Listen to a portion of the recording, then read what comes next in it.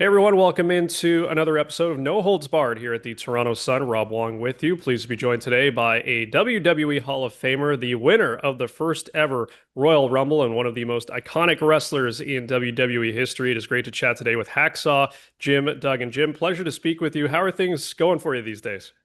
Well, very good, Rob. But the first thing Hacksaw's got to do, buddy, is give a big ho. Kind Of of course. fires me up, gets the blood flowing nowadays. Yeah, but things are going good, brother. Thanks for asking.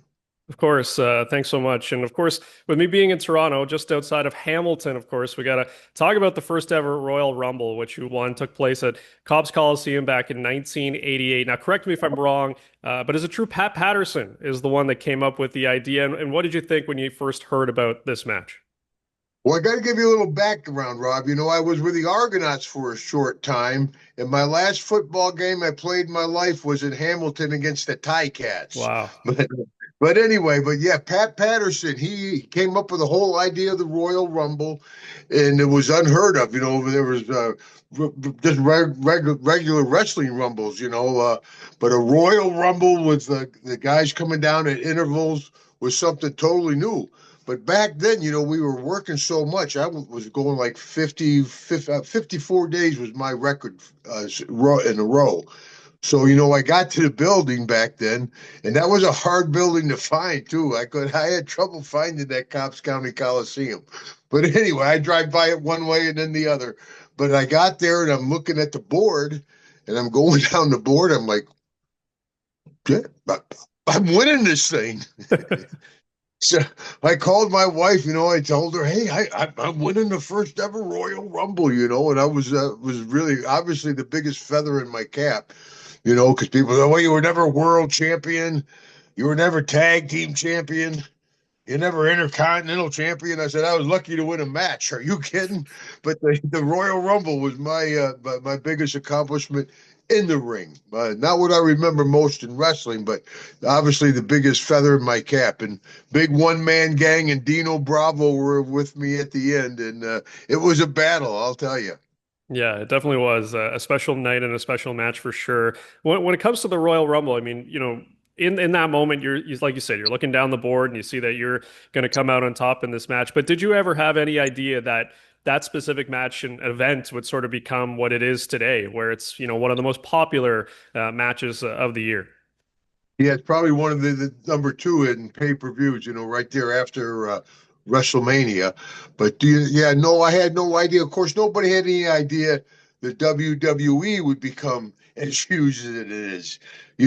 I saw the transition. I was wrestling down in Mid-South before I came up to WWF, and I'm doing high school gyms and National Guard armories.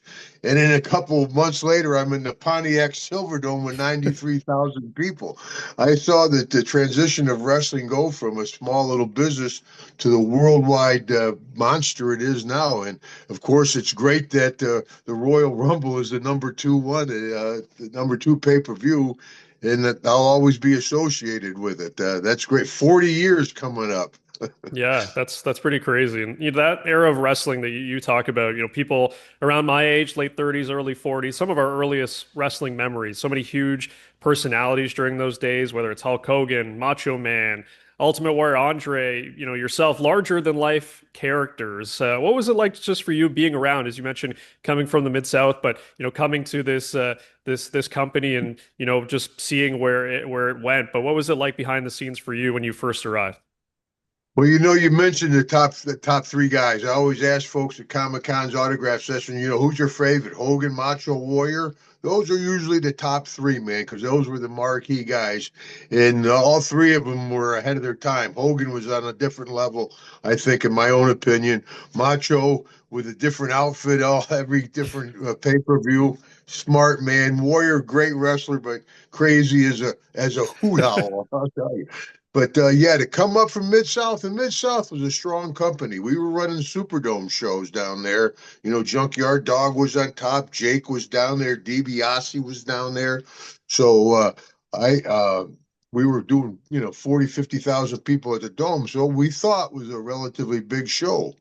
WrestleMania 1 comes around. Vince McMahon went to all the small companies, picked up all the top talent. He grabbed Junkyard Dog, and brought Dog up to WWF. Well, that elevated me to the top babyface in Mid-South. So Bill Watts wanted to keep me. He paid me real well. I bought my first home in Louisiana. And WrestleMania 2 comes. Jake the Snake goes up for WrestleMania 2.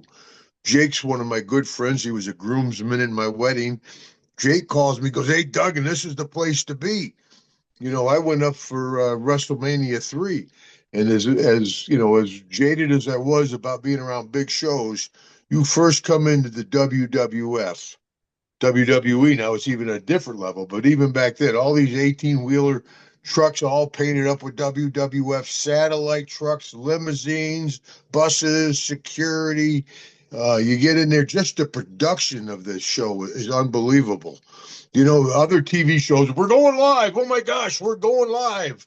Wrestling, we go live all the time, man. Yeah, you guys are definitely used to that. You talked about being a baby face, and there were times where you were heel as well. And again, sort of getting back to that Canadian connection. I know you've mentioned it before. It wasn't your favorite piece of creative when you joined Team Canada there in WCW with good old Lance Storm, but it's just sort of a memorable moment for me being a Canadian wrestling fan. And everybody remembers you coming down with the American flag, and you've got the 2x4, and for you to join Team Canada, I think that was a great moment for a lot of people north of the border. But when it comes to being a babyface or heel, did you ever prefer one or the other? Which type of Yeah, which part of the I always spectrum did you enjoy being on? Yeah, I always say the best character, the best gimmick is just an extension of your own personality. Macho Man was Macho Man. I'm a happy guy. I enjoy people. I like talking to folks. I was a baby face at heart. That whole Canadian thing was a Vince Russo's deal to try to push me out of my contract. Mm. He was expecting me to quit, but because first he made me the janitor of the WCW, and he goes, "Well, you got to wear a janitor suit." I'm like, "Well, that's all right." That's what janitors do. No big deal. And he said the first vignette I had to do was clean Vince Russo's toilet with a toothbrush. But it's when I came time to do the vignette, instead of doing this, I took a Diet Coke, I poured it into the toilet. I'm like, "I'm cleaning the toilet. Oh, and it got over. So then they brought me back up and they said, "Well, now, Duggan, I had to fly into Atlanta, go up to the CNN Center, a big meeting. And they said, "Duggan, we're going to turn you against America." Oh my gosh, where are we going with this? Iraq, Iran, what's where are we going to go? They go, "You're going to be part of Team Canada." I'm like, "Well, we got a lot of heat with the Canadians, and Major Guns was part of the team, so there was two good reasons to go over anyway. but but anyway, I was on the road. I cut my hair and shaved my beard, and put a suit on, and went to the show that night, and nobody knew who I was. I'm sitting in the dressing room with a suit, clear hair, and clean shave, and everybody's like, "Is this guy a commissioner? Who is this guy?" Yeah. And so it was a total. I enjoyed that part of it. It was different, but I enjoyed being a babyface much, much more. And as a babyface, I always enjoyed working with the bigger heel. Because if there's a giant in our business, Big Show, Yokozuna, Andre, Kali, Duggan, get your 2x4. I got to wrestle every giant there is. But I like it because it's easier if you're bigger than your heel opponent, or actually your heel partner. If Shawn Michaels is beating me up, people are like, "Well, hit him back, Hacksaw." When Andre the Giant's beating you up, like, "Oh my God, they're killing him." Yeah, it makes it a lot easier to sell that in the ring, of course. And look, the WCW, when you were there, it was different times, of course. I know you put it on your social media recently, a match with Diamond Dallas Page. I got to interview DDP recently. He's a great guy, great to chat with. And that match, Nick Patrick disqualified you for a punch with a fist that knocked DDP's tooth out. How did that whole thing come together? Was his tooth actually knocked out by your punch? What was the Yeah, situation I there think from your that's what you perspective? call, 'cause a lot of people go, "Hacksaw, I saw a match you wrestled and you missed a guy by that much." I said, yeah, but you see, when I hit him by that much, it goes both ways, you know. And it went that way with DDP that time, but it was an accident, and he wasn't upset about it. And yeah, stuff happens. Yeah, no, absolutely. It does. I know another video you put out from WCW in '94 where you beat a young Steve Austin in 35 seconds to win the United States Championship. Pretty crazy, less Well, than let me two tell years you later. something, Rob. I beat that stunning Steve Austin so bad he had to shave his head and change his name. I beat the hair off the boy's head. Yeah, I it's should pretty. get a kickback on this Stone Cold thing. Are you kidding? Shit.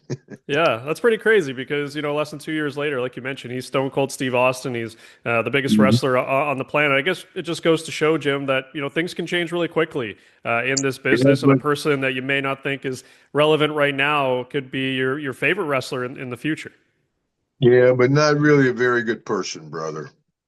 Yeah, not your favorite. So do your research on Austin. All right. Well, I think that's all that kind of needs to be said there when it comes to that relationship. Now, the 2x4 synonymous with you, of course. I remember seeing it, the foam version as a little kid, wanting one so bad. I'm sure, yeah, you've got plenty of them around there. First of all, I think, I'm just Not too curious. many. They're almost antiques. They're so old. That's true, yeah. Now, was it real wood? Were you carrying around a real wood 2x4 every time you came down to the ring? No, no. I joke. I'd walk into the arena. I'd be traveling with Jake, and I'd say, "Can somebody find me a 2x4 and get him a 10-foot python?" I could find a board anywhere in the world, but because people say you're Hacksaw Duggan, but you carry a 2x4. Right. Shouldn't you be 2x4 Duggan? I'm like, it's wrestling. It doesn't have to make sense. Yeah. But back in the old days, I was there when it's before it was sports entertainment. You think it's fake? You sign the waiver, you come up in the ring with us, and we'll show you if it's fake or not, tough guy. So every time you're out in West Texas, somebody have 3 beers. Oh, don't try them. We'd have Dr. Death, Steve Williams, NCAA. Try Doc first. Doc and Yeah. stretch him. But anyway, just getting back and forth to the ring was dangerous. The people really hated you. You Mm. beat up Ricky Morton. You wouldn't go to a bar by yourself.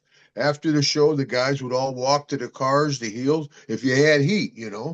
And just getting back and forth, the people would spit at you and punch you and kick at you. So I'm sitting in this nasty old dressing room somewhere in South Louisiana, all covered with loogies and bruises, rethinking my career choice. And Bruiser Brody comes in, and Brody was instrumental in my career. Brody comes in, he goes, "Hey, Duggan," he says, "if you carry something to the ring, carry something you can use. Forget the feathered boas and sequined robes." And just by luck, I'm like, "Here's a piece of wood." I came out yelling, waving that 2x4. It was like parting the Red Sea. The people scattered. I got to the ring without getting hit. I'm like, this is great. But Rob, you know what happened one time, man? The crowd, I got a really bad splinter in my thumb, really nasty splinter. And I went, ho, ho, ho. I like to have a good time, brother. Man, That's yeah. my daughter would tell me not to tell that joke. So, It's okay. It's the perfect dad joke. I think a lot of people yeah, there you go. Thank you, brother. Thank can you. relate to that. Look, you've got the football background you mentioned before, playing with the Argos, which I personally didn't know until you brought it up right now. I mean, that's a pretty cool moment to Yeah, to say that you were part back of that. in The 79, Forrest Gregg was the head coach. Yeah, I Wow. played my college ball for SMU in Dallas, Southern Methodist, and that's where I met Fritz von Erich. And Fritz came up to me and goes, "Kid, you might be a good wrestler." I said, "Thank you, but I'll be in the NFL for 10 years." I blew him off. Mm. I went to the Atlanta Falcons in 77. I was an offensive guard, had 2 knee surgeries, went up to Canada in 78.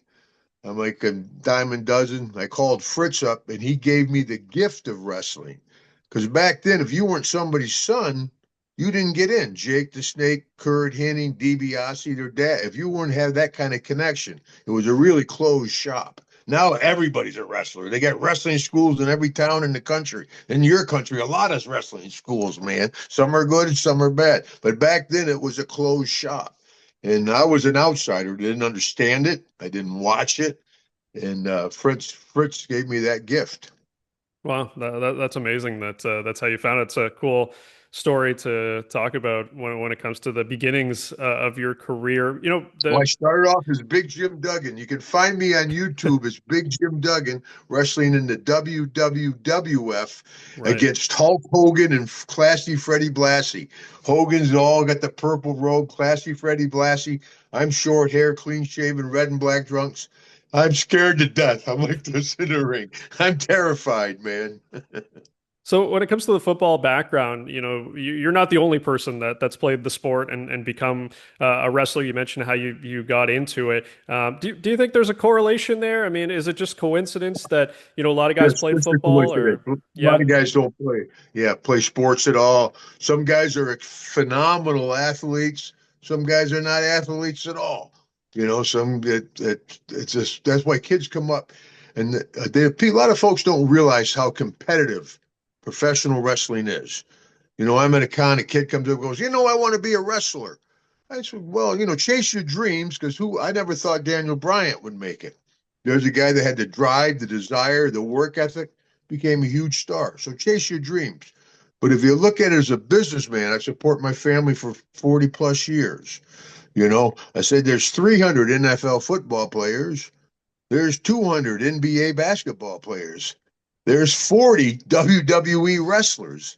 It's a television show. It's more competitive than sports. It doesn't matter how good of an athlete you are. It doesn't matter how good you can talk on the camera. If you don't have the right, you're not going to make it, man. And there's only 40 spots. And it's just not kids from America. You got kids from Canada, Australia, Europe. Everybody's coming to get one of those 40 spots. So you hold on to if you're one of those 40, you're holding on to it tight.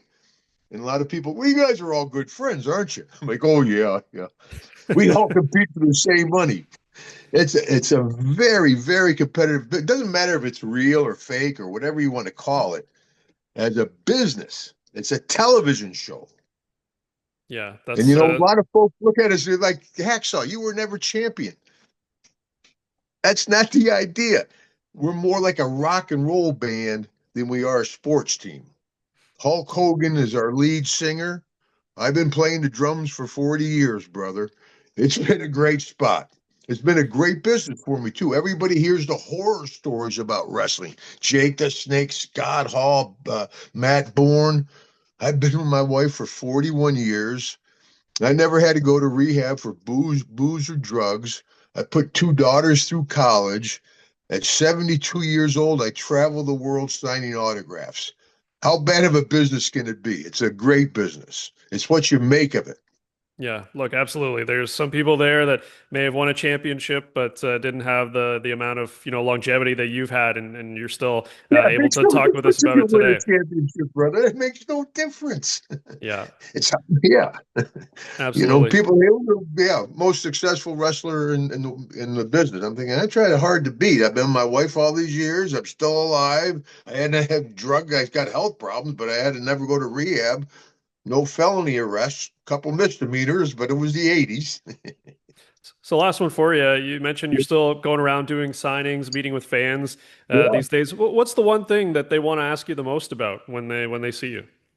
Well, folks just like the golden age. And Rob, I'll tell you, it's humbling. This last autograph session, I was in Wichita. I'm signing autographs in the line, and in the line there's this big, hard, tough-looking man, and he's eyeballing me pretty hard, and I'm checking on my security, and finally he gets up to me, grabs my hand, he squeezes my hand, goes, "Hacksaw Duggan." Me and my dad used to watch it together, and he started crying, I started crying, and we hugged each other. Because back then it was a family deal. People they watched wrestling together. Don't step in front of the TV when Granny's watching wrestling. And people bring pictures of their mother, and to have that kind of effect on people. I mean, try to think of a football player from the 80s or a basketball player or a hockey player. But people remember Hogan, Macho Warrior, Jake, DiBiase, Junkyard Dog. You can still name 10 guys without thinking about it. hard to name 10 guys on today's roster. Right. Yeah. Like I can relate to that. My grandfather is the one that got me into Yeah. wrestling. Used to record VHS tapes and used to send them off Yeah. to me, and that's how I learned about people like yourself, Jim. It was an honor to speak with you today. For people that want to Oh, find thank out what's you. going on with you, I know you got a YouTube channel. What can you say about that? Oh, yep. I'm on the same channel with DiBiase's on there. I think Jake's on there too. So the last is pretty much the last of the old timers.